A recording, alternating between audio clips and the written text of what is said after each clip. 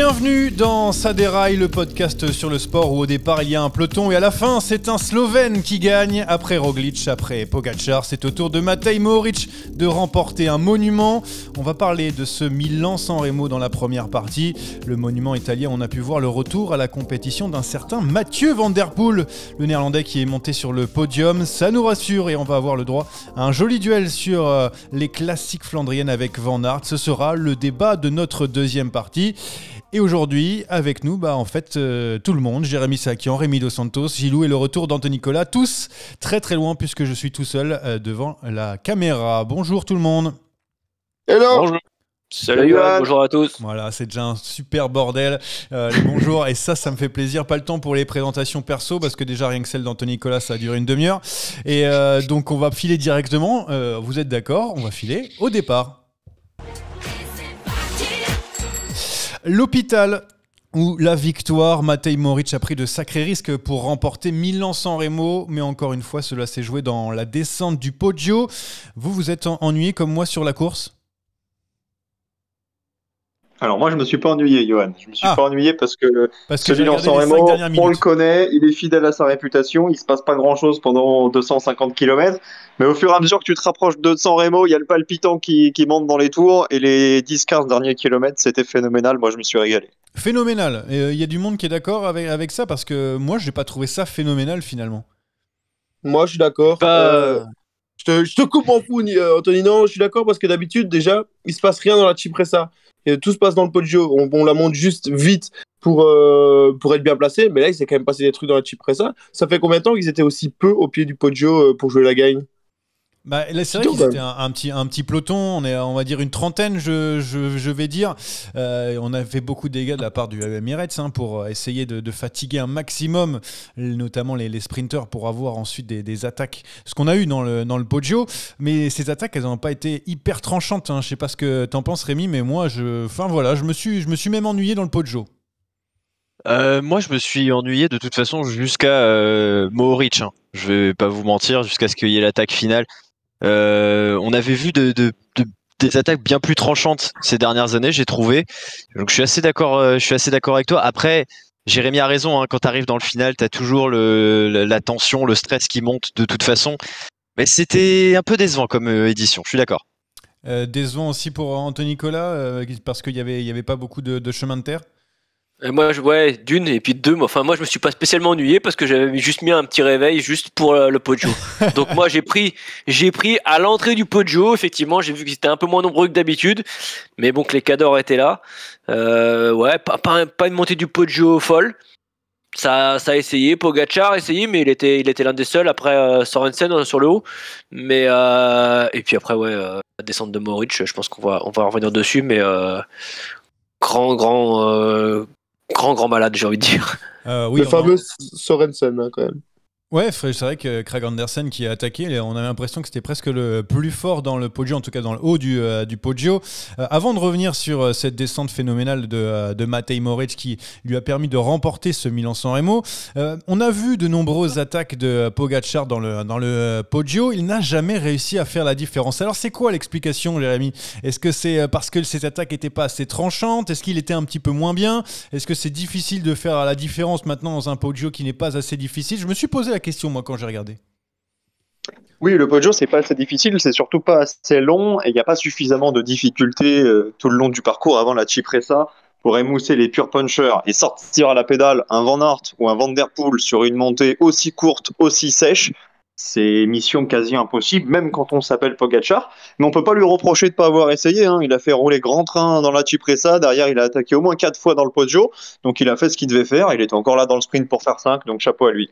Mais il a fait péter personne, tu vois. On avait même Arnaud Démare pas très loin à chaque fois dans le Poggio. La différence n'a même pas été faite sur des coureurs qui n'étaient pas forcément des punchers. Tu vois ce que je veux dire ?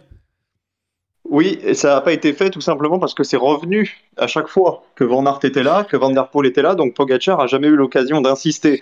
Mais s'ils avaient voulu s'entendre, les 3-4 meilleurs, moi je suis persuadé qu'ils auraient pu basculer avec 10-15 secondes. Anthony, il y a un problème. Moi je suis pas sûr parce que le Poggio, franchement, on en fait on en fait tout un truc tous les ans, mais le Poggio, et pour l'avoir monté à vélo, c'est pas très très dur en fait. D'ailleurs, on le voit, hein, il y a pas mal comme de sprinters qui le passent au bout de 300 km de course. Le Poggio, c'est pas une côte qui est très dure, ça se monte plateau, ça s'enroule, c'est assez rectiligne. Donc moi, je suis pas étonné d'avoir vu Pogačar ne pas réussir à distancer. D'ailleurs, on voit, enfin, Pogačar, c'est quand même un mec qui a l'habitude de mettre des coups de butoir dans les grosses côtes où il y a des gros pourcentages, là où c'est vraiment dur. Pour moi, le Poggio, c'était pas assez dur de faire la différence, et c'est tout simplement pour ça que ça a de plus en plus de mal à se faire. Et même l'année dernière, enfin, on avait vu à chaque fois, on a vu des manœuvres dans la descente. Où, bon, il n'y a pas tous les ans des Mohoric, mais c'est souvent là que les gars prennent des risques et arrivent à faire la différence. C'est plus spécialement dans la côte. Enfin, on voit des petits groupes parfois en haut, mais on a de plus en plus souvent des gros groupes qui passent ensemble. On l'a vu avec les éditions précédentes, donc Stuyven, mais même lorsque Julien Alaphilippe gagne, il y a un petit groupe. La seule fois où il y a eu un mano à mano, c'était entre Alaphilippe et Van Aert, où ils avaient fait la différence. Rémi, toi, tu as vu notamment Wout Van Aert dans cette montée. Il n'a pas essayé de réenchaîner derrière une attaque de Pogačar. Il a juste essayé de suivre. Bon, j'avoue que c'est difficile de suivre, mais à ce moment-là, est-ce qu'on pense que la stratégie de Van Aert n'est pas assez payante de ne pas avoir aussi essayé d'insister avec Pogačar pour éviter de se retrouver avec 15 mecs dans la descente? Vu le résultat, oui, on peut se dire que Van Aert, il était peut-être trop attentiste. Je pense que Van Aert, il s'est dit qu'il ferait pas la différence ni dans le Poggio, ni dans la Cipressa, ni dans une descente. Il s'est dit qu'il ferait la différence au sprint. Et malheureusement pour lui, il y a des mecs qui sont partis dans la descente et qui ont réussi à faire la différence. Et même au sprint, de toute façon, il est battu par Pogačar notamment. Donc sa tactique, manifestement, c'était pas la bonne, quelle qu'elle soit. Ouais, c'est assez étonnant de pas avoir vu Van Aert insister vraiment. Peut-être qu'après, après tous ces jours de course et la distance de la course, il avait peut-être pas les jambes pour faire la différence, comme comme Pogačar n'avait pas les jambes non plus pour créer un vrai écart. Qu'est-ce que pense le peuple belge de la stratégie de Wout van Aert ou de la performance de Wout van Aert 8e, je crois, si mes souvenirs sont bons, mais bon, ça c'est anecdotique quand on joue pas pour la victoire. Mais est-ce qu'on a, je sais pas, est-ce qu'on a des regrets quand on voit la course du Belge? Pour moi, j'ai pas forcément de regrets. Pourquoi ? Parce que je pense qu'il avait tout simplement pas les cannes. Et quand on voit le sprint, je me disais, s'il attaque et que, par exemple, il est avec Van Der Poel ou quoi, je pense qu'il n'aurait pas gagné. Il n'avait pas les jambes. Van Aert, c'est pas la première fois qu'on le voit dans des courses importantes comme ça, craquer ou du moins pas réussir à faire le dernier jump, la dernière attaque qui pourrait le faire gagner. On l'a vu à 2 éditions sur les mondiaux, on l'a vu aussi à Paris-Roubaix. Voilà, Wout était émoussé et je pense que son côté attentiste, c'était pas une tactique, c'est juste qu'il n'avait pas les jambes, parce que s'il a les jambes, il y a au moins une fois où Pogačar attaque, il revient et il doit contrer. Il le fait pas et je pense que s'il avait les cannes, il l'aurait fait. Il y a aussi à côté de lui, il a pu regarder un certain Mathieu Van Der Poel aux avant-postes. Ouais. Ça fait du bien, mais on en parlera plus tard, t'inquiète pas. Alors, Anthony, on en parlera plus tard. On va parler du vainqueur, Matej Mohoric, et sa selle télescopique. C'est l'un ou voire le tout meilleur descendeur du monde. Il a parfaitement joué sa carte, quitte à jouer avec le feu. Jérémy, on l'a vu dans le bas-côté un moment, et puis glisser sur un virage sur la gauche. C'est vraiment phénoménal ce qu'il nous a fait, mais un poil dangereux. Ah oui, complètement dangereux. Il y a 3 moments en fait où il peut perdre la course. Tu l'as dit, il y a 2 instants cruciaux dans la descente. Une fois où il sort trop large, il saute la petite bosse, le petit trottoir, et une autre où il est vraiment en sortie de virage extrêmement large. Il a 2 doigts de s'encastrer dans un bac en béton. Et puis il y a dans le dernier kilomètre, il y a ce saut de chaîne qui finalement parvient à se remettre. Mais il y a eu des frayeurs pour Mohoric, et c'est là que je me dis aussi, un mec comme Mohoric, tout l'hiver, il a pensé à Milan-San Remo. Il l'a dit, c'était son grand objectif. Et il était là pour prendre des risques. Et derrière, on avait qui ? On avait Pogačar qui vise le Tour. On avait Van Aert et Van Der Poel qui visent aussi les Flandriennes et qui n'étaient peut-être pas dans cet état d'esprit. Et peut-être n'avaient-ils pas envie de risquer leur saison pour aller chercher Milan-San Remo. C'est d'autant plus vrai pour Van Der Poel qui était en reprise. Donc c'est celui qui avait le plus faim, qui a débranché le cerveau, qui allait s'imposer. Et c'est celui qui effectivement intrinsèquement est le meilleur descendeur. Il n'y a pas photo là-dessus. Il y avait aussi Yann Tratnik, t'as oublié de le dire, un 9e, et qui était là. Attention, lui, il aurait pu pourquoi pas gagner Milan-San Remo. Rémi, tu voulais dire quelque chose ?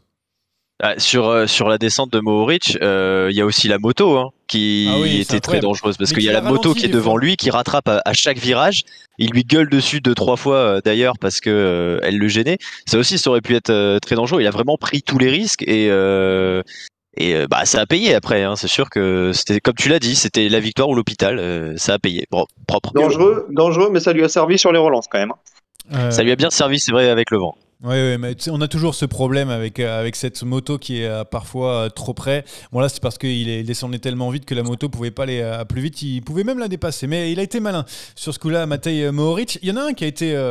je ne sais pas si malin, mais lorsque Matej Mohoric part et notamment se retrouve un petit peu dans le bas-côté, il y a un garçon qui coupe son effort. Il s'appelle Tadej Pogačar. Il est slovène comme Matej Mohoric. Anthony, est-ce que tu crois à la théorie du complot comme quoi Pogačar laissait un peu partir Matej Mohoric à ce moment-là ? Non, parce que quand on connaît un peu, quand on voit un peu Pogačar, on sait que c'est un affamé, un mort de faim. Il veut tout gagner.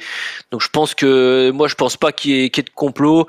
Il a dit en interview de toute façon que quand il avait vu Mohoric partir, il a freiné quoi. Il a dit je fais pas avec lui parce que je sais ce qu'il est capable de faire. Et Mohoric, on voit bien, de toute façon, c'est un peu comme moi je compare ça un peu comme un sprinter dans les derniers kilomètres. Pour pouvoir suivre des fois un petit peu dans les caméras, on se rend un petit peu compte, et pour parler des fois avec des sprinters, ils vous disent bien, de toute façon, dans les derniers kilomètres, on débranche totalement, il faut pas toucher au frein. Bon bah là, Mohoric, il a touché au frein de temps en temps parce qu'il était quand même obligé. Mais on voit bien qu'il a complètement débranché en haut le cerveau, et qu'il a dit de toute façon il faut faire si je fais la descente de ma vie, j'ai une chance de gagner. Après l'histoire de la tige de sel, ouais, je suis un peu mitigé là-dessus parce qu'en fin de compte j'ai regardé la descente tout à l'heure et je pense qu'il l'utilise uniquement au début. Quand il double justement Van Der Poel et Van Aert, là on voit qu'il est plus bas sur sa selle et qu'il s'en est servi pour prendre un petit peu de vitesse. Mais ensuite dans l'enchaînement des virages, je pense c'est pas là qu'il a gagné, c'est pas ça qui lui a fait gagner du temps. C'est vraiment sa technicité. On voit dans les virages quand il chasse de l'arrière là, je veux dire qu'il en faut une grosse paire pour ramasser le vélo. Parce que là il y a de nombreux cyclistes qui auraient paniqué et là s'il faut mettre un petit coup de frein, lui il l'a mis comme il faut, il a rattrapé le vélo et non, je pense simplement qu'il a fait une descente énorme et que ni Van Aert, ni Van Der Poel, ni même Pogačar n'étaient capables de le suivre. Oui, il y a eu une petite polémique par rapport à la selle télescopique qui est autorisée par l'UCI depuis quelques années. Ils ont dû faire un communiqué sur les réseaux. Tu voulais dire quelque chose, Gilou ? Mais je disais, moi, connaissant Jérémy, quand il a dit le nombre de fois où c'était dangereux pour Matej, où il a pu perdre le Milan-San Remo, j'ai cru qu'il avait parlé du contrôle antidopage après la course. Allez, non, pas la Bahreïn, on touche pas la Bahreïn. Alors ici, c'était pas compris à ça. Johan, juste un truc quand même. Il y a quelqu'un qui a répondu sur le compte Mon Peloton sur Twitter en disant que quelqu'un avait parlé de la Bahreïn. Oui, c'est moi. J'avais dit qu'ils étaient en baisse de régime par rapport à 2021. C'est reparti. Oui, sans aucun doute. Là, ça va mieux. Surtout, non, mais je disais tout à l'heure pour Jan Tratnik, mais quand j'ai vu le classement et je l'ai vu 9ème, je dis mais qu'est-ce qu'il faisait là en fait tous les Slovènes ont décidé de jouer à Milan-San Remo à fond cette année. Matej Mohoric, est-ce que c'est un beau vainqueur finalement, Gilou ? Toi qui as eu un Belge l'année dernière, là cette fois-ci c'est un Slovène, des outsiders à chaque fois. Est-ce que t'en as pas marre un petit peu que ça soit des seconds couteaux entre guillemets ? C'est pas méchant ce que je dis. Non, et je suis pas forcément d'accord avec toi parce que pour moi, Matej Mohoric n'est pas un second couteau, ça fait partie des top coureurs du peloton. Si je prends ici son palmarès, 2 victoires au Tour de France, une victoire, il a gagné sur les 3 grands tours, au Tour d'Espagne, en Italie, il est champion du monde sur route junior, champion du monde espoir, champion de Slovénie sur route, et quand on sait ce que la Slovénie est en train de faire. Donc non, pour moi, c'est pas du tout un vainqueur au rabais. Comme l'était Stuyven, c'est des coureurs qui sont très très forts, des fois ils gagnent peut-être un peu moins, mais je suis très content pour lui et non, je suis pas d'accord avec ceux qui disent que c'est un vainqueur au rabais. Et Rémi, c'est pas une course qui maintenant est pour les outsiders, comme les favoris n'arrivent pas à se départager, c'est souvent un autre larron qui arrive à tirer les marrons du feu. Voilà, magnifique.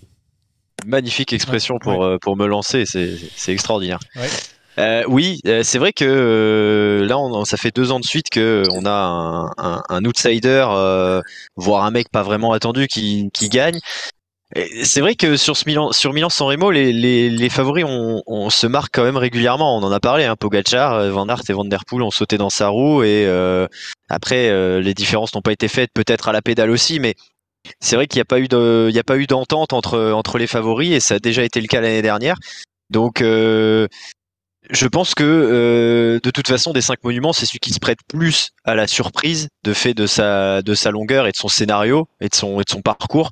Donc en soi, c'est pas vraiment une surprise. C'est des mecs qui se sentent bien, qui sont très bons, hein, des Stuyven ou Mohoric, et qui tentent le coup. Ça passe parce que ça se regarde un peu derrière, parce qu'ils vont vite aussi. Donc voilà, je pense que c'est vraiment le monument qui se prête le plus à ça.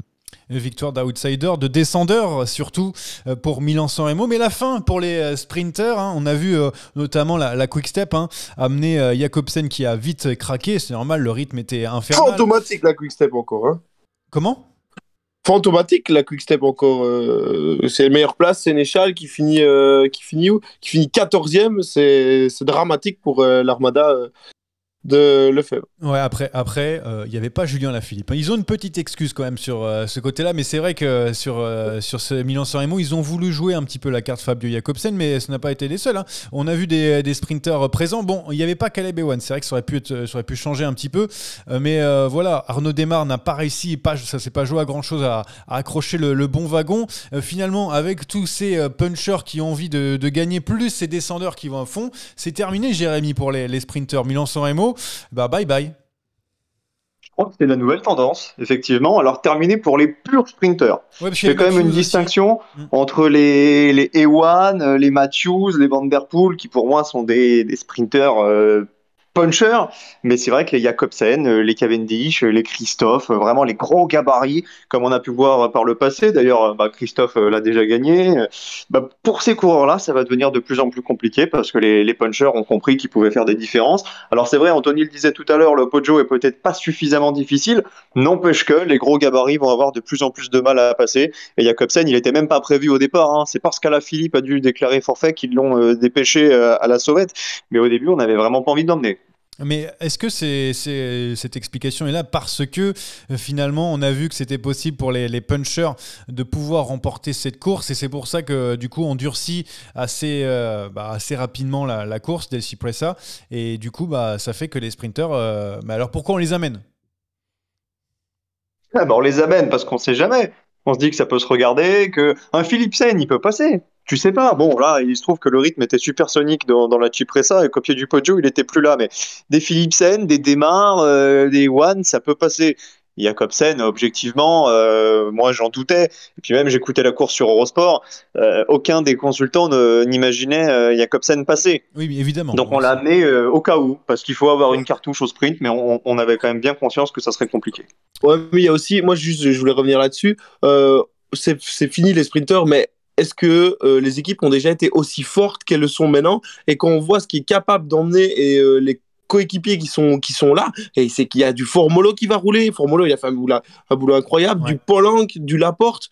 Je veux dire, peut-être qu'avant, dans les autres éditions où les sprinters ont gagné, peut-être que les équipes n'avaient pas autant de matériel à envoyer et à les rouler aussi longtemps. Et c'est peut-être ça qui les a fait péter aussi. Ouais, parce que vraiment ça roulait très très fort. Mais Arnaud Démare le disait, hein, il était à la limite déjà dans le Cipressa avant de craquer un petit peu dans le Poggio avec cette belle 10e place. Le Français 10e, mais il y a une meilleure carte, bien sûr, de la part de notre France. C'est Anthony Turgis 2e. Il y avait quelqu'un autour de cette table qui avait annoncé Anthony Turgis dans les 5 premiers de la course. Je vous laisse deviner qui c'est. Le seul compétent dans le cyclisme, c'est moi. Et puis voilà, 2e place pour Anthony Turgis. Incroyable. Il avait même l'air dégoûté à la fin. J'avais presque de la peine pour lui. Je sais pas ce qu'en pense Rémi par rapport à ça, mais j'y ai cru, moi. Voilà, j'y ai cru. On y a tous cru. On y a tous cru et c'est vrai que cette rage qu'il montre sur la ligne d'arrivée en frappant son guidon, on la comprend. Il est passé à 2 secondes seulement de la victoire sur un monument. Il a fait une course formidable encore une fois. On a vu le Anthony Turgis qu'on voit sur les grandes courses depuis maintenant 1 an et demi, 2 ans. C'est-à-dire qu'il répond présent, il est dans les 10 meilleurs et il est capable de faire la différence face aux meilleurs, que ce soit quand il y a des côtes ou quand ça descend. On sait qu'il est capable de sprinter aussi. Non, il est complet et il s'en rapproche petit à petit. Donc il y a évidemment cette frustration pour lui et pour nous aussi. Vraiment sur la fin, on a l'impression qu'il va aller chercher Mohoric. Ouais. Donc ouais, il y a cette frustration, mais c'est un magnifique podium quand même. Et il s'est débrouillé en plus un petit peu tout seul, c'est ce qu'il explique après en interview. Peter Sagan, le leader normalement attitré, a eu un problème mécanique dans la Cipressa. Il y a la plupart de l'équipe qui a été aidé Peter Sagan. Il s'est retrouvé avec un seul coureur et c'est peut-être ça son problème. C'est cette équipe qui était un petit peu moins autour de lui. Il lui a manqué pas grand-chose, je sais pas, pour rouler ne serait-ce que ces 2 secondes pour combler pour Matej Mohoric. Anthony, est-ce que tu penses que c'est ça aussi qui a manqué Anthony Turgis plus que les jambes? Est-ce qu'on s'est pas tout simplement trompé de leader? Je vais dire, quand on voit la forme de... Alors, ne voyez pas là que je vise Sagan, parce que depuis le début de saison j'en parle, mais quand on voit la forme d'Anthony Turgis avec les compétences qu'il a, est-ce qu'on s'est pas trompé de leader du côté de la Total Energy? Surtout ouais, avec la forme qu'il tient, et donc là il vient mourir vraiment à la fin. Il était esselé, il était tout seul, il l'a dit, et quand on voit la déception, mais moi je la comprends, déception, parce que comme on dit, on parle de lui depuis maintenant 2 ans là. Enfin, on voit, il franchit les paliers un par un, mais il tourne toujours autour, et au bout d'un moment, voilà, on peut rentrer dans une espèce de lassitude, on va dire, parce que faut que ça paye. Il va falloir que ça paye un jour ou l'autre.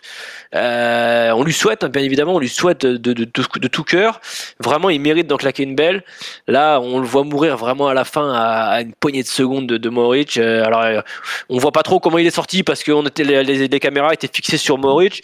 Mais quand on sait en plus que Mohoric a un petit saut de chaîne dans les derniers hectomètres, voilà, on se dit ça passe vraiment un peu. Et moi, alors oui, on dit oui, c'est super, deuxième de Milan-San Remo, mais comme je dis souvent, on se souvient que du vainqueur.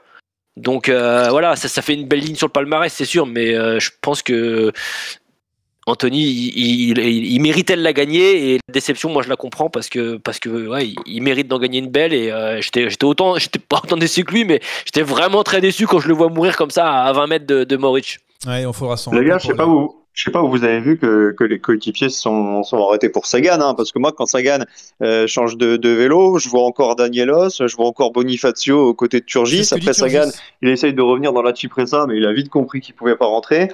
Ils ont simplement pété à la pédale, et tous les leaders au sommet du Poggio étaient esselés. Et pour moi, Anthony Turgis agit comme il devait agir.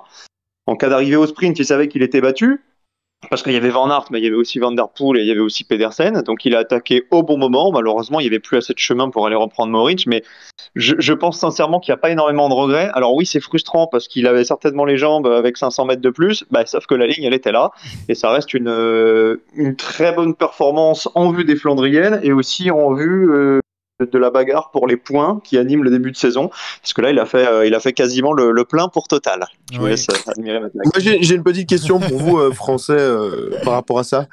Ouais, c'est magnifique ce qu'a fait Anthony Turgis, je suis assez d'accord avec Anthony que malheureusement ça sert un peu à rien, mais quand tu dis qu'il avait les jambes et tout ça, on l'a quand même pas beaucoup vu dans le Poggio, et je pense que si ça pète et que les meilleurs sont devant, il est pas avec. Vous en pensez quoi? Je pense pas, pour moi il est devant, il bascule 7ème. Il bascule à... Non, mais si ça part Van Der Poel, Van Aert, Pogacar, ah bah oui, Pedersen, non mais d'accord, il y en avait 3 ou 4 qui étaient peut-être un petit peu plus forts, mais Turgis, il est parmi les plus costauds. Ok. Bon. Mais ça va, ce que tu dis, quand on dit ouais, il avait les jambes et tout ça, il profite un peu d'en fait de course, parce qu'on dit que c'est 2 secondes, mais j'ai quand même l'impression qu'au final, il est quand même très loin de cette victoire, dans le sens où si Mohoric n'est pas devant, ça se passe pas comme ça, et on le laisse pas sortir, je pense. Donc voilà, je me posais la question à ce sujet-là. De toute façon, s'ils étaient arrivés ensemble, on sait bien que Pogacar aurait aligné tout le monde au sprint, comme il en a battu pas mal dans en vrai, je pense que c'est Van Der Poel qui gagne si ça arrive groupé. Ah oui, c'est possible, et c'est ce qu'il dit en plus. Il y en aurait un qui aurait eu des problèmes si Van Der Poel avait gagné. je vais vous expliquer quand même. Je sais, oui, je suis au courant. Voilà, je vais vous expliquer quand même pourquoi pour notre public. C'est que le matin de la course, je dis à Anthony, et quand même Van Der Poel, il a donné une interview, il vient avec des grosses ambitions. Et là, Anthony me dit, impossible qu'il gagne. Si jamais il gagne, je me les coupe. J'ai dit, écoute, je stream. Il y en a un qui est pas passé loin du sécateur. Pour rebondir très rapidement, parce que je sais qu'il faut qu'on fasse court aujourd'hui, je dois admettre que j'étais très très étonné, et grand champion, mais de toute façon, je n'en doutais pas, parce que venir sur un Milan-San Remo quand t'as pas couru depuis dire 3 mois, 4 mois peut-être, parce que bon, il a fait quelques cyclocross, mais on va pas trop les compter. Mais venir sur une course comme ça de 6h30 avec 300 km et pouvoir être là pour jouer la victoire, c'est vrai que je dois admettre grand coup de chapeau à Mathieu Van Der Poel qui est, et je l'ai jamais dit le contraire, un très très grand champion. Oui, c'est. On vient d'avoir un message de ta femme, elle remercie de ne pas avoir gagné, apparemment. Oui, c'est un monstre, Mathieu Van Der Poel, mais on en parlera un petit peu plus tard. Parce que... j'ai eu peur. Oui, bon, non, j'étais tranquille. Non, quand t'as dit c'est un monstre, on était parti sur une autre discussion, j'ai eu très peur. Non, tout va bien. Je parlais de Mathieu Van Der Poel, on en parlera dans le sprint final, mais avant ça, on a quand même une rubrique. On n'attaque pas. Attaque de Pierre Rolland encore une fois. Personne ne réagit. Je commence avec Elisa Balsamo qui remporte le trophée Alfredo Binda. On pensait que c'était une championne du monde au rabais, en tout cas certains observateurs. Elle a fait mentir ses détracteurs en remportant cette belle course. On est d'accord, Jérémy? Oui, on est d'accord. Je ne sais pas qui a dit que c'était une championne du monde au rabais. Parce qu'elle a gagné devant Marianne Vos et que c'était plutôt Vos qui méritait. Voilà ce qu'on disait à l'époque. Rémi? Moi je suis tout à fait d'accord, hein. J'ai jamais compris non plus ces critiques sur Elisa Balsamo. En plus elle a que 24 ans, enfin c'est pas non plus c'est pas comme si elle en avait 35 et que ça fait des années qu'elle gagnait rien. Oui, tu as raison. Anthony? Non, moi je suis d'accord, j'ai jamais dit que c'était une championne du monde au rabais. Moi, évidemment, tu sais pas qui c'est. Tu la connais pas. Si, je sais qui c'est, elle court à la Trek Segafredo d'ailleurs. Oui. Et on a vu un gros boulot de Shirin Van Den Rooij dans le final hier. Shirin Van Den Rooij, excellente cyclocross woman. Il a regardé la première course féminine de sa carrière, il est en train de me dire que c'est le Non mais vous savez, j'ai regardé parce que ça avait débordé un petit peu sur Cholet. Ah, c'est pour ça. Je suis honnête avec vous. Mais bon, une course qui s'est finie avec beaucoup de coureurs, c'est assez rare pour cette course. Gilou, est-ce que tu es d'accord ou pas par rapport à cette première interrogation? Je suis d'accord. Ok, allez, on va à la suivante maintenant. Victoire de Marc Hirschi sur la course Per Sempre. Comment on dit c'est vrai qu'en italien. Per Sempre Alfredo. Sa course de rentrée. Ça y est, on va avoir droit à un vrai Marc Hirschi cette année, Jérémy. Non, pour moi non. Ok, Anthony? Non plus. Rémi? Je ne pense pas. Mais alors, Gilou? Oui. Ah, merci, dis-nous pourquoi. Parce que c'est Marc Hirschi, parce que c'est un gars qui a du talent, parce qu'il faut lui laisser le temps de revenir. Et ça peut, même si c'est une petite course et qu'il bat ce qu'on appelle des peintres, objectivement, ça peut lui servir de déclic. Il est dans la bonne équipe, il va être tranquille, on va laisser tranquille, il va pas avoir tout. Il est dans la bonne équipe. Oui, il va devoir bosser pour justement, moi, c'est un problème. Mais il est quand même dans la bonne équipe. Est-ce que je peux continuer ma phrase? Pardon. Si Marc Hirschi était français, qui était dans une équipe française dans cette situation-là, on lui aurait cassé les... tout le temps, ouais, t'as gagné, super. Là, il est tranquille, c'est pas lui qui a le feu des projecteurs, il va pouvoir revenir en forme, et je suis sûr qu'il aura sa chance à certains moments. On l'a vu ce qu'il était capable de faire quand il est à 100%, et attention, quand il reviendra à 100%, ça va faire très mal. Très bien. Bon, heureusement qu'il y a un défenseur de Marc Hirschi. On en fera un débat un peu plus tard sur lui. On écoutera tout le monde là-dessus. J'ai un dernier truc pour vous. La Clan Morton, le coureur d'IF, a roulé 1000 km pour atteindre la frontière ukrainienne et récolter $200 000 de dons pour aider les habitants dans ce pays en guerre. Bon, on est tous d'accord que c'est une belle action. Allez-y, tous ensemble. Oui, on est d'accord. Bravo. Oui, on est d'accord. Merci, voilà. Est-ce qu'il avait une selle télescopique? Je ne pense pas, mais à mon avis, il a fait 42 heures, je crois, de vélo. Il a futé, voilà. Il a fini en claquette encore, ou comme l'année dernière sur le Tour ou pas? Alors non, il n'a pas fini en claquette, mais il a fini avec de nombreuses personnes qui ont fini et ont suivi sa fin de parcours. Voilà, on passe tout de suite, du coup, maintenant, on n'a pas d'invité parce qu'Anthony Turgis est occupé à Bistro Vélo, notre cher collègue Guillaume Di Grazia qui est donc avec Anthony Turgis, donc pas d'invité, donc on passe directement au sprint final. Oh le coup de tête de Marco, le deuxième coup de tête de Rencho. Oh que ça c'est pas bien. Mathieu Van Der Poel qui était de retour à la compétition à Milan-San Remo, on en a parlé un petit peu en première partie, pas de douleur physique, pas de douleur au dos, donc pour le néerlandais, une 3e place, un podium. Au final, franchement Jérémy, ça fait du bien de le revoir à ce niveau. Oui, c'est vrai. Ça va aussi redynamiser la campagne de classique parce qu'on annonçait un Van Aert un petit peu seul au monde pour les Flandriennes, même si on voit bien qu'un Pedersen sera là, qu'un Turgis sera là. Je suis à peu près autant surpris qu'Anto par rapport à sa performance, en tout cas jusqu'à la veille de la course, parce que le matin, quand Van Der Poel te dit face cam, je suis là pour gagner, j'ai fait des super scores sur Strava, j'ai battu plein de coms et j'ai des meilleures jambes que sur Paris-Roubaix. Tu te dis, ok, là, il n'est pas venu pour rigoler. Paris-Roubaix, on rappelle quand même qu'il sprint pour la victoire. Il fait 3, mais il est quand même dans de bonnes conditions. Et Milan-San Remo, oui, c'est une course très longue, c'est 300 km, sauf qu'en fait, c'est de la patinette pendant 260 bornes et il faut être bon sur 2 montées sèches, dont une où tout se joue. Donc moi, j'avais assez peu de doutes sur le fait que Van Der Poel puisse jouer la gagne. Après, le scénario a fait que c'était une course difficile à contrôler. Mais ouais, grand Van Der Poel, chapeau à lui. Anthony, toi qui as un petit peu critiqué avant course Mathieu Van Der Poel, est-ce que tu as du coup été surpris par cette performance et pourquoi tu as été surpris par cette performance ? Non, je n'ai pas critiqué. J'ai juste dit que quand Jérémy m'a annoncé ça le matin, je lui ai dit ouais, c'est un énorme coup de bluff. Parce que, et c'est ce qui m'a d'autant plus étonné, ces coureurs, ils ont besoin de courir. Un coureur, ça a beau s'entraîner sur ce que vous voulez, sur Swift, sur machin, sur tout ce que vous voulez, comme les Strava, rien ne remplace la course. Et ça, tout le monde vous le dira. Un coureur, pour se préparer, il doit courir un minimum. Et là, revenir comme ça, c'est d'autant plus respectable parce que voilà. Alors Jérémy il dit oui, effectivement, c'est de la patinette, mais de la patinette pendant 6 heures, pendant au moins 6 heures, faut être capable de la faire quand même. Et même si bon, ça roule quand même pas fou, ça roule quand même 6 heures. Il a certes fait des grosses sorties d'entraînement, mais rien ne remplace la course. Et le retrouver là à la fin comme ça dans ce Poggio, moi je vais vous dire clairement, quand j'ai repris la fin de la course, parce que bon, j'ai fait des petites coupures sur la journée, quand j'ai repris la fin de la course au pied du Poggio et que je vois Van Der Poel ici, j'étais un peu sur le cul. Et en plus, je le vois jouer avec Van Aert, Pogacar et autres dans la côte, dans le Poggio. J'étais vraiment grand respect. Et comme le dit Jérémy, effectivement, ça va relancer un petit peu, pour les Flandriennes et les Ardennaises. Mais il y a un truc que je voulais revenir tout à l'heure sur Wood vite fait. Je me dis, est-ce que on a dit tout à l'heure, ouais, Van Aert a peut-être trop fait, enfin, a été trop attentiste. Moi, je me dis que quand même, dans le petit groupe où il était, il y avait un fameux Mathieu Van Der Poel et on sait quand même la rivalité qu'il y a, le grand respect qu'il y a entre les deux coureurs, mais la grosse rivalité. Et est-ce qu'il n'y a pas eu un petit peu d'enterrement quand même entre les deux pour pas se jeter dans la poursuite vraiment tambour battant derrière ça a roulé quand même, hein. Ça a roulé. Pour moi, il a plus manqué un Roglic. Roglic qui était venu pour aider Van Aert et qu'on n'a pas vu finalement. Ouais, mais Roglic, on connaît, c'est pas non plus un casse-cou de ouf. Je veux dire, il tombe sinon. Sinon il faut au tas, ouais. Mais un Van Der Poel, un Van Aert, bon, même si Moritz est un grand descendeur, quand même ils doivent être capables. Alors même effectivement, si tu te dis tout à l'heure, il y a la saison va encore être longue, je pense quand même qu'ils sont capables de sortir un peu les doigts et d'y aller, quoi.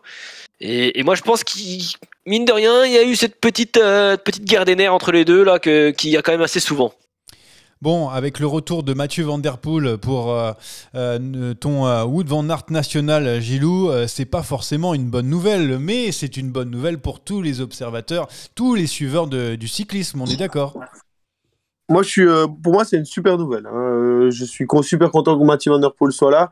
Et les victoires ne sont plus belles que quand tu bats des grands noms. Et Mathieu Van Der Poel là va faire du spectacle, va dynamiser les courses. Je pense que s'il avait été avec cette condition-là dans le Newsblatt, il est avec Wout dans le Bosberg. Moi, je voulais juste dire un truc et profiter de ce temps de parole pour parler du troisième fantastique qui n'en est pas un, à savoir Tom Pidcock, qu'on en a fait beaucoup, mais au final, était malade. Oui, peut-être, il est peut-être malade, mais j'attends encore un Tom Pidcock qui me montre quelque chose. Donc je voulais d'ailleurs en parler de ce troisième homme. On fera nos pronostics de notre troisième homme, mais on va rester sur ce duel Wout Van Aert, Mathieu Van Der Poel. C'est vrai, on le disait depuis tout à l'heure, ça rajoute un petit peu de magie au classique flandrienne. Et Rémi, tu dois être aussi d'accord avec nous. C'est pas les mêmes courses quand les deux ne sont pas là ou l'un et l'autre est absent. Non, c'est pas pareil. C'est une telle rivalité entre les deux, que ce soit sur route ou en CX, que c'est génial. Puis on adore Van Der Poel, donc c'est vrai que l'avoir vu absent ces dernières semaines, c'était pas cool et il nous a manqué. Donc ouais, ça rajoute vraiment du sel. On en a parlé il y a 2-3 semaines. Van Aert, gros favori de la saison, en tout cas sur les classiques. Bon bah là ça rebat les cartes. En plus manifestement Mathieu avait bien préparé son coup, il s'était bien préparé et ça rajoute du sel et j'ai vraiment envie à nouveau de voir ce que va faire Wout parce que j'ai l'impression que quand il a Van Der Poel face à lui, il court pas comme il sait le faire. Il a plus peur, il se méfie plus et du coup il gagne pas. Donc il va falloir qu'il trouve une solution parce que sinon ces Flandriennes elles peuvent être encore une fois compliquées pour lui. Rapidement, il y a cette guerre des nerfs entre les deux. Ils courent ensemble depuis qu'ils sont cadets, juniors. Et on l'a vu notamment, pas l'année dernière, mais il y a 2 ans, au cyclocross, où ils avaient tous les deux, si vous voulez donner des calendriers, les dates se croisaient pas spécialement. Et petit à petit, ils se sont vus qu'ils marchaient tous les deux, et chacun a rajouté les dates sur le calendrier de l'autre, en fin de compte, et on a eu un maximum de confrontations. Et pour moi, c'est pareil sur la route. On le voit, et mine de rien, il y a un petit enterrement quand même entre les deux, parce qu'il y a cette rivalité, comme je le dis, ils se respectent énormément, mais il y a de la rivalité entre les deux, et moi je pense que ouais, ils vont peut-être passer à côté de certaines victoires, si justement ils mettent pas un petit peu cette rivalité de côté. Mais dans les déclarations de Wout aussi, hein. Dans les déclarations de Wout après la course, on sent que il s'est quand même toujours dirigé vers Mathieu, et je suis d'accord avec Anthony, il y a quand même quelque chose entre ces deux-là, qui courent ensemble ou qui courent l'un contre l'autre, il se passe toujours des trucs, c'est toujours, il n'a pas voulu me faire gagner, ou il a voulu me faire perdre au lieu d'essayer de tout gagner. Ils sont liés, mine de rien, quoi qu'il arrive, ils sont liés et ils le seront pour toujours.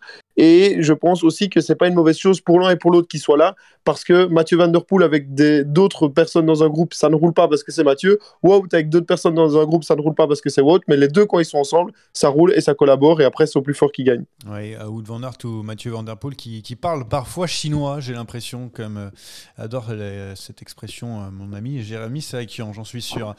Du coup, Jérémy, d'ailleurs, tu étais en train de parler d'autres coureurs, justement, pour les classiques flandriennes qui arrivent. On a le Grand Prix E3 et Gent-Wevelgem ce week-end. On a ces deux coureurs, on a compris, un favori, on a un en plus qui est hyper frais comme Mathieu Van Der Poel, mais je t'entends parler de d'autres coureurs. Tu disais Pedersen, mais il y en a peut-être d'autres. Pedersen, oui, je pense qu'il sera là pour les Flandriennes parce que c'était son objectif de base. Il n'aurait pas dû être sur San Remo si Stuyven n'avait pas été malade. Mais j'ai parlé de Pedersen par rapport à ce final dans Milan-San Remo parce qu'il avait battu Van Aert sur Paris-Nice au sprint, et je pense que les deux s'en méfiaient beaucoup. Alors si on ne s'est pas livré à 100%, c'est peut-être aussi parce qu'il y avait le Danois dans ce groupe. Et d'ailleurs, j'en profite pour rebondir aussi sur Wout. Il a quand même dit à la fin de la course, beaucoup ont couru sur le podium, on était les deux seuls avec Mathieu à courir pour la victoire. Donc voilà, ça cible aussi d'autres coureurs qui étaient présents dans ce groupe. Pour les Flandriennes, oui, il y aura Van Aert, il y aura Van Der Poel, il y aura Pedersen, il y aura Turgis, et puis il y aura aussi peut-être le retour des coureurs de la Quick Step qui sont passés à côté. Je n'ose imaginer que ça dure tout le printemps. Oui, bah ça c'est sûr. Normalement, c'est très peu de temps qu'on se loupe du côté de la Quick Step. D'autres favoris parmi vous autres, est-ce que vous avez coché d'autres noms pour ces Flandriennes en plus du coup de Wout van Aert, Mathieu Van Der Poel et Pedersen? Je ne sais pas qui a une petite idée, je vous laisse prendre la parole. Anthony est super nul en pronostic, donc on va lancer Anthony. Bah non, j'attends toujours justement que vous donniez les vôtres, comme ça j'essaie de repiquer un peu dedans ou me donner des idées. Non, il y a personne qui vous vient. Bon, Tom Pidcock, on a compris que c'était compliqué même s'il était malade, mais je sais pas, par exemple, vous avez oublié peut-être un Casper Asgreen, hein. Je sais que depuis le début de la saison, il n'est pas forcément flamboyant, mais normalement, il devrait faire partie de ces personnes qui comptent. Mais vous y croyez plus ou Gilou, t'y crois plus? Non. Après, juste rapidement, avant que Gilou prenne la parole là-dessus, c'est ce qu'on disait. C'est vrai que la Quick Step était absente et quand la Quick Step va revenir, Asgreen sera dans le coup, Sénéchal sera dans le coup, ils seront tous dans le coup, c'est évident. Mais c'est très la Quick Step de toute façon c'est un collectif. Quand ça marche pas pour tout le monde. Donc voilà. Je pense qu'ils seront un peu mieux sur les Flandriennes quand même, mais c'est vrai que ça fait quand même quelques courses où on les voit pas. Et depuis le début de saison, sur les courses d'un jour, ils sont pas toujours souverains. Oui, c'est vrai. Gilou, tu voulais rajouter un nom, non, peut-être? Mais je vais être un peu ennuyant, mais il y a Tadej, les gars. Ah, parce qu'il il arrive pour gagner tous les monuments, mais c'est vrai que ça fait longtemps qu'on a. Moi, je pense que Tadej peut clairement gagner les Flandres parce qu'il n'a peut-être pas été capable de faire la différence dans le Poggio parce que le Poggio n'est pas assez dur. Mais dans le vieux Quarmont ou dans le Bosberg ou dans le Paterberg, ce ne sera pas la même chose. Et Tadej peut clairement, avec sa pointe de vitesse aussi, faire quelque chose sur les Flandres. Et attention, ce serait magnifique de revoir un gagnant du Tour de France gagner le Tour des Flandres, mais on n'en est pas si loin finalement. C'est vrai, hein, surtout qu'on a vu un Julien Alaphilippe qui n'était pas forcément un grand fan des pavés jouer à la gagne, donc pourquoi pas Tadej Pogačar. On a fait tout le tour par rapport à ces classiques flandriennes. On va les regarder avant de pouvoir les analyser et on va surtout pouvoir passer au quiz, les enfants, c'est maintenant. Et là maintenant que tu m'as glissé un chèque de 50 € dans la poche... Et si je peux aussi avoir la réponse du quiz, tant qu'à faire. Par contre, pose le portable, s'il te plaît. C'est de plus en plus alambiqué. Vous me dites quand il commence le quiz. Ah oui, c'est pour Rémi. C'est car le coupable n'est pas Anthony. Non. J'admets avoir commis un crime lors du quiz précédent. Ouais, le melon du type, c'est incroyable. Ce quiz est une dictature orchestrée par moi-même.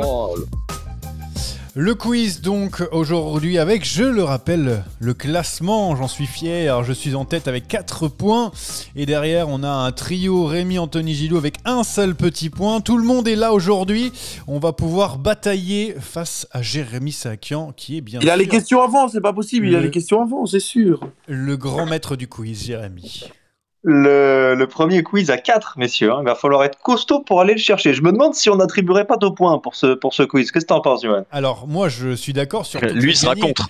mais bon, je te laisse mettre, mais si tu veux mettre 2 points... Allez, 2 points. 2 points pour le quiz à 4. Non, par contre, je pensais à un truc, moi, on pourrait avoir un petit truc, un petit règlement, parce que quand nous, on n'est pas là, quand on est absent... automatiquement, hein ? Les absents ont toujours tort. Merci. Oh là là là là. Oh là, eh ben vous savez, oh là, bon, je me tais. Ça fait 53 minutes qu'on demande ça et c'est maintenant qu'ils se rencontrent. Oh là. C'est quand même incroyable ça. Bon, les règles, ça vous intéresse. C'est un format qu'on a déjà fait et vous allez tous partir avec 4 points. Et celui qui donne la bonne réponse pourra retrancher un point à la personne de son choix. Dès qu'il y a quelqu'un à 0, il est exclu. Il est ça, c'est horrible, et quand vous ne trouvez pas une question, le point est remporté sur la question d'après. Donc je serai très vigilant cette fois-ci pour retirer les doubles points. Et j'ai trouvé qu'à 4, ça allait être marrant, que vous alliez pouvoir vous tirer dans les pattes, élaborer des stratégies. On verra qui est le plus malin. C'est que des questions sur les courses de ce week-end. Le plus rapide l'emporte. Et Gilou, écoute bien la règle. Tu ne peux répondre qu'une seule fois. Oui. Et je ne dis pas de gros mots. Voilà. Pas de gros mots. Sinon, tu auras des points retranchés. Allez, les courses du week-end. On va commencer par, évidemment, Milan-San Remo. Messieurs, qui a basculé en tête au sommet du Poggio ? Mohoric. Søren Kragh Andersen. Søren Kragh Andersen. Oui. Gilou, à qui tu enlèves un point ? À Anthony Nicolas. Oh l'enfoiré celui-là. C'est toi qui réponds en premier, c'est normal. Tu te trompes. Anthony, tu es donc à 3. Citez-moi soit le coureur qui a basculé juste devant, soit celui qui était juste derrière Mohoric au sommet du Poggio. Un des deux.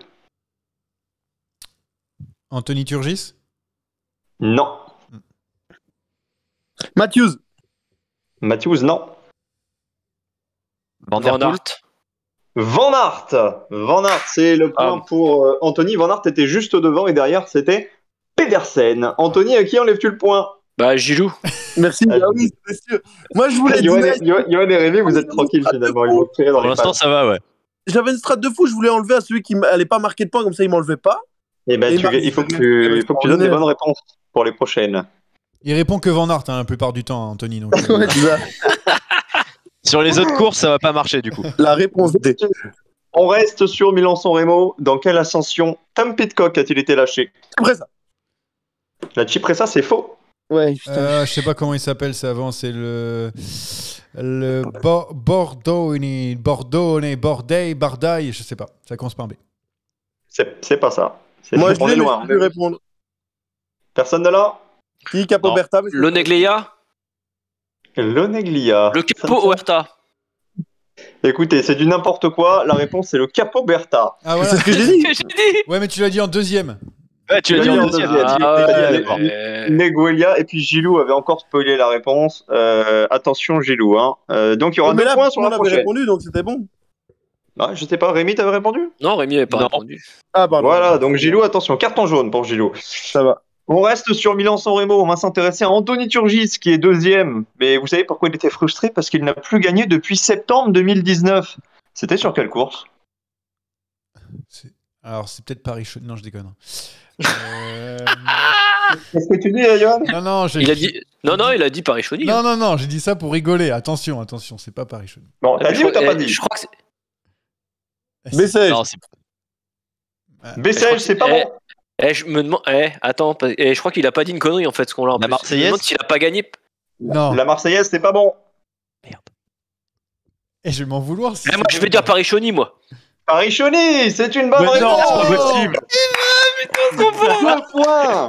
Johan, Deux faut que tu points continues pour à répondre Anthony. ce qui te passe par la tête. Hein. Mais non, mais c'est Paris-Chauny. Ça a marché la semaine dernière. Oh là là, le bon Dieu t'a puni, t'as voulu me punir, tu vois. Ah là là là là, qu'est-ce que je suis con. Celui-là, il vaut double celui-là. Il vaut double, il vaut double. Paris-Chauny, ça vaut double. Quoi. Alors, tu as 2 points enlevés. Hop. Attends, il y a quoi là, 4-3-3? Oui, 4-4-3-3. Ah bah je vais enlever Johan, je suis désolé pour lui. Ah, tu peux Tu distribuer. enlèves Johan les deux? Ah je peux non bah un Johan et un Rémi alors. Alors, tout le monde est à 3. Merci, Voilà. t'es bien aimable parce que je t'ai donné la réponse, donc au moins. Non, ouais mais parce que t'avais voulu me tacler un peu avant avec Paris-Chauny. 5e question. Qui était le seul coureur au départ samedi de Milan-San Remo à avoir déjà gagné à la fois Milan-San Remo et Milan-Turin?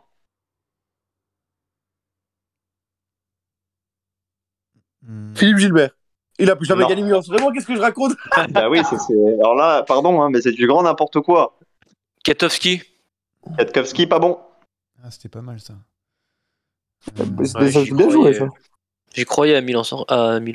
Bon, personne ne l'a. Attends, laisse-nous réfléchir un tout petit peu. Ah bah oui, mais il y a encore 10 questions derrière. Hein. Oui, bon bah ça va, je vais te dire. Arnaud démarre. Arnaud démarre. Le premier point pour Rémi Dos Santos. Bien joué. Bien joué. Je t'ai laissé du temps, Rémi, hein, donc m'enlève Bah pas. ouais, heureusement. Bah, je te laisse. Il m'en faut, Alors, moi. Rémi. Je suis en train de réfléchir au palmarès. Ouais, avec la connexion Réfléchis internet maintenant qu'il à a, qui il lui faut tu du enlèves un temps. point. J'enlève Anthony, du coup, pour sa Oh. méchance. Voilà, mais Anthony, t'es con. Et Anthony, franchement, t'es pas futé. Il avait encore pas dit qu'il enlevait et toi, tu vas mettre un tag. On a parlé du Trofeo Alfredo Binda, qui a terminé meilleure française. Juliette Labousse. Juliette Labousse, c'est pour Johan. Ah oui. Propre. Bah, Propre. cyclisme Ouais, féminin. le grand respect là. Ouais. Ah, maintenant, il fait le. Hein, voilà. Il fait gentil, Je ouais. l'aurais jamais eu, celle-là, par contre. Bah, du coup, bah, tu prends le point alors. Pourquoi? En fait, tout le monde ne dépasse Qui décisif. prend le point? J'ai pas compris. Bah, c'est Gilou, il est en train de dire j'aurais jamais Gilou. eu. Il aime pas le cyclisme féminin, il prend les points. Gilou et Mais non, Anthony sont à 2. Johan et Rémi Oh sont là à 3. là là. Il y a du favoritisme. On va rester sur le Trofeo Alfredo Binda. Ah. Victoire d'Elisa Balsamo, mais qui portait durant la course le dossard numéro 1? Ah, Chantal Vandenbroek. Non, Black. non plus, c'est la même. Elisa Lamborghini. Elisa Longo-Borghini. Ah, Bonne putain, réponse chercher de son nom, Belgique. bien joué, Gilou. Elle l'a encore, je croyais que c'était Lorena Vibes. Ok. Gilou.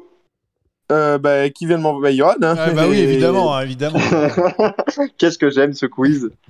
C'est En exactement pour fait, ça il que... faut faire comme Rémi, il faut pas jouer et t'es sûr d'être en finale. Et sur Moi, le je suis terrain, bien, moi. hein. Ah, l'enfoiré. Messieurs, on va partir d'Italie. Quel Français, deuxième d'une étape sur le dernier tour de l'UAE, était dans une échappée qui a été reprise dans le dernier kilomètre d'une course ce week-end? Français, Wow. deuxième d'une étape du Tour de l'UAE, qui était dans une échappée, qui a failli gagner, mais qui a été repris à 600 mètres de la ligne. J'ai pas regardé les courses françaises, c'est ça qui est embêtant. Ah bah c'est à Cholet. Bah ouais, mais j'ai vu. Et la Pera. La Pera, c'est une bonne réponse Bien pour sûr. Anthony. Bim. Bien joué. Je l'ai pas vu. Bravo. Anthony, à qui tu enlèves le point? Je rappelle les scores, 2 pour tout le monde, 3 pour Rémi. Pourquoi 2 pour moi? J'ai pas eu 2 moi. Si, J'étais à 4 si, parce tout à que- l'heure moi. Si. Tu as 2. oui. Gilou t'a Bah. enlevé un point et Rémi t'a enlevé un point. Donc, Et qui est à 3? Rémi, Bah c'est Rémi. Bah j'enlève à Rémi alors. Ah oui, voilà. Normal. c'est logique. Messieurs, un Australien a fait un podium ce week-end. Diane Smith, Yes. Diane Smith, Diane Smith. Diane top. Smith. Oh là bien joué. là, bah On oui. en a parlé derrière tantôt. Hirschi. Ah, on en a Marc parlé Hirschi. tout à l'heure. Battu par C'était- Marc Eh ben Hirschi. oui, mais il fallait dégainer. Qui perd un point, Gilou? Bah, le leader du classement général de la Coupe du Monde. Ah ouais, super. Ah, il a Donc compris. Johan. Ah, ça c'est malin. Johan, attention, tu n'as plus qu'un point. J'ai Tu es en jamais danger. gagné. C'est le troisième quiz que tu fais là-dessus. Je n'en ai jamais gagné un. Je n'aime pas ce jeu. Voilà, je te le dis. C'est vrai, c'est vrai. Per sempre Alfredo, remporté donc par Marc Hirschi, c'est le 4e succès de sa carrière. Sur quelle course Marc Hirschi avait décroché sa première victoire? Oh. Tour de France. Tour de France, bonne réponse de Rémi. J'ai eu peur. Rémi, on t'écoute. On va éliminer Johan. Mais non, j'en étais Ouais, sûr. Je bien faisais joué. rien, je disais Ouais, rien. bien joué, Ouais. c'est beau ça, c'est ça que je veux voir. Bah, non, je veux c'est- pas le voir à 5. Ce sera Ouais. l'un de Ça, nous qui d'abord. gagnera, messieurs. C'est ça d'avoir trop d'avance. Je vous rappelle qu'il y a 2 points en jeu sur ce quiz, donc ça aurait été même 6. Oui, c'est vrai. En plus, je sais même pas compter. Alors, quel était le seul non français sur le podium de la classique Loire-Atlantique? Algarve, quand même, Ah, s'il je vous me plaît, pose- le Oh père, non, je savais pas du tout. Oh là là. Pete Algard, c'est une mauvaise réponse. Mais non, mais oui. Je l'ai là, évidemment. Qui me Bah, donne tu nous le l'argent diras Attends, que attends, mais si les autres ne l'ont pas. C'était Mais quoi c'est la juste. question? C'est pas Cholet? Il y avait un seul Français qui n'était pas sur le podium de la classique Loire-Atlantique. Mais un Un Français non qui- français. Ah, mais un non, non français. Ah, Ah ben, c'est Il y avait 2 Français sur le podium, moi je veux le C'est Lewis troisième. Aski. Oui, C'est vrai. Lewis Bonne Aski réponse, qui était à vélo, mais ça te fait quand même un point. Oh, quelle blague Oh nulle. là là. Oh là là. J'ai pas compris. Alors, On fait des points au mec qui fait les quiz. qui perd un point? Gilou, il Gilou a pas compris. ou Anthony? Attends, j'ai pas compris. C'est à Cholet, remporté par Marc Non. Sarraud. Classique Loire-Atlantique, Gilou. C'était la veille, la Loire-Atlantique. veille. Eh Rémi, donne-lui le point là, c'est pas possible. Ouais, il va le prendre. Ah il- oui. Oui, Elle va je suis le d'accord, prendre, elle mais va le manger. je veux juste comprendre. Excusez-moi. T'es pas sur la bonne course, Gilou, c'est la veille. T'étais pas sur la bonne course. Ah, mais j'ai compris Parce que Loire. la moi, course- c'est pour ça. La Parce que course dont c'était tu... Ok, pardon, Vas-y. ça va, je prends un point, je perds. En plus de Oui, perdre, je oui, me prends oui, des- la course dont tu parles, c'est celle dont on parlait tout à l'heure avec la Pera. Ah, ok, 3 pardon, protagonistes de ce week-end. Anthony Turgis, 2e de San Remo. Anthony Pérez, vainqueur de la classique Loire-Atlantique. Et Marc Hirschi ont en commun au moins une victoire sur une course par étape qui n'est pas World Tour. Laquelle? Alors, c'était pas aux mêmes années, mais ils ont tous gagné sur la même course par étape. Celle-là, elle est pas facile. Ouais, ça c'est impossible à trouver ça. Le Tour du Limousin. Le Et Limousin, Molo. c'est pas bon. Moloch, le Limousin, attention. Le Limousin, c'est pas bon. Tour de Poitou-Charentes. Tour du Poitou-Charentes, c'est pas bon. C'est une belle course hein, pour préparer le cyclocross, ça. Bon, est-ce que tu as une réponse plutôt que de nous faire des commentaires sur les réponses des autres? Moi, je vais dire Paris. Tour de l'avenir, moi. Le Tour de l'avenir, ah bah c'est pas du tout ça, c'était le Tour du Luxembourg. Ah, Oh, il y aura c'était donc- bien, le Tour de l'avenir. Alors attention messieurs, il y aura 2 points sur la question d'après. Qui suis-je? J'ai 3 top 10 sur Milan-San Remo, dont une 4e place. Mais je n'ai pris que la 27e place samedi en étant le meilleur de mon équipe.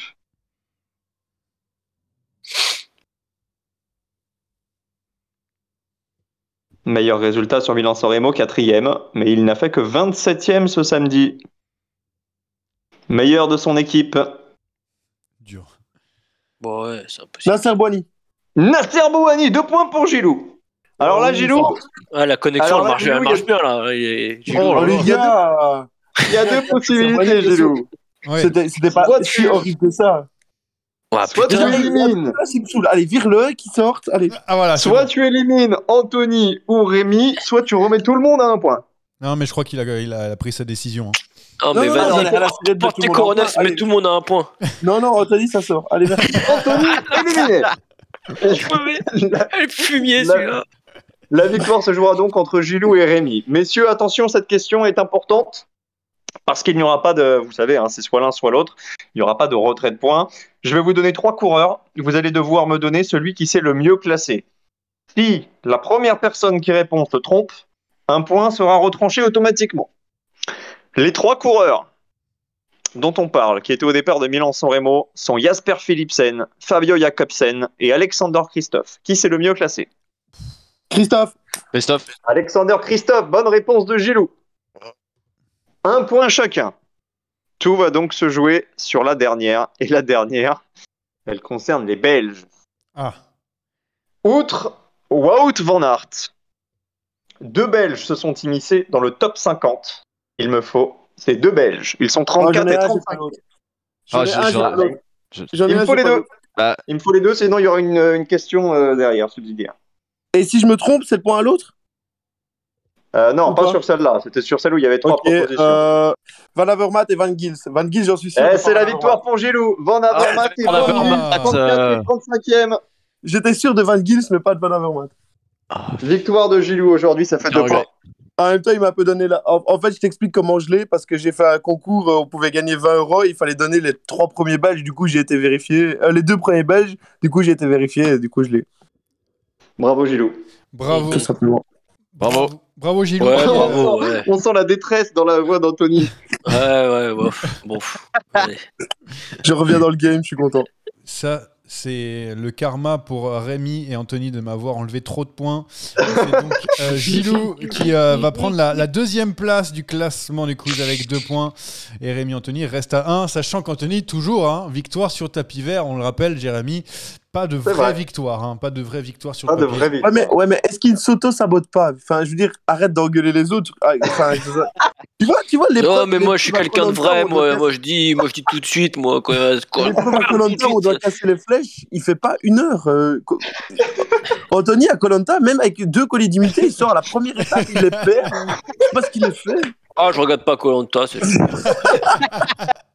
Tu devrais, ça t'apprendrait des trucs stratégiques un petit peu. Bon, allez, on va passer au pari maintenant. Après Koh-Lanta, les paris. C'est même pas vrai. En fait, je voulais faire Gand-Wevelgem parce que c'était un peu plus loin, mais la start list, elle n'est pas encore super bien tombée, étant donné qu'Anthony ne l'a pas vu. Donc déjà, ça, c'est un truc en moins. Mais le Grand Prix E3, on va faire plutôt... Parce que je préfère, l'année dernière, on avait quand même bien kiffé ce Grand Prix E3. Il y a donc les favoris habituels. Du coup, allez, donnez-moi le vainqueur de ce Grand Prix E3 qui est quand même assez ouvert. Je peux vous donner les anciens vainqueurs, évidemment, avec grand plaisir. Il suffit d'ouvrir cette page-là et de vous dire que c'est Casper Asgreen qui a gagné. Casper Asgreen, le dernier. L'an dernier, devant Florian Sénéchal et Mathieu Van Der Poel. Un très, très joli podium. Alors, qui va gagner ce Grand Prix E3 64e du nom en 2022 ? Jérémy Sack. Je suis sur la start list, je vois pas Van Der Poel. Je suis un peu étonné, sinon je t'aurais mis Van Der Poel. Donc c'est normal, il a la Copa machin cette semaine. Ouais, Copa copier Bartali, la semaine copier Bartali, ouais. Tu sais quoi? Je pense que la première, la grande victoire World Tour pour Anthony Turgis, ce sera celle-là. Ah non, tu me prends mon prono là. Mais tu peux dire le même, tu peux dire le même. Anthony Turgis qui est annoncé pour l'instant, évidemment, mais on sait que ça peut changer à tout moment. Mais Anthony Turgis pour Jérémy. Anthony, alors c'est qui? C'est Anthony Turgis aussi? Non, parce que moi je veux qu'il en gagne une avec du pavé, moi. Ok. Moi donc... je veux qu'il en claque une vraiment une belle, si vous voyez. C'est pas une étape de montagne, hein? Non, moi je veux, j'en vois une autre. Moi je vais faire un peu basique, enfin. Simple. Ouais, moi je vais la jouer française quand même. Je vais faire. Ah non, je peux pas. Non. C'est terrible. Même tes pronos sont longs. Ouais, mais attends, mon gars, comme ça. Ah, mais Wout est là. Bah Wout alors. Vous avez vu quelqu'un bégayer autant? 10 minutes de réflexion pour sortir Wout van Aert. Ah ouais, c'est tout. Wout, il va être énervé. Wout. Wow. Gilou, il a mal aux oreilles, je pense, en plus. Oui, ouais, bon, Gilou. Quand on dit Gand-Wevelgem, ça lui fait pas plaisir non plus. Oui, bon, Gand-Wevelgem, ok. Moi, je tente la grosse cote et je vais tenter un petit Victor Kempenaerts. Ok, qui est leader, en tout cas annoncé de la Lotto Soudal avec le numéro 21. Rémi Dos Santos, à toi. Un français encore, mais pas le même. Florian Sénéchal. Ah, c'était mon deuxième. Ah bah oui. Truc de tout à l'heure, ça. Bien sûr. Si.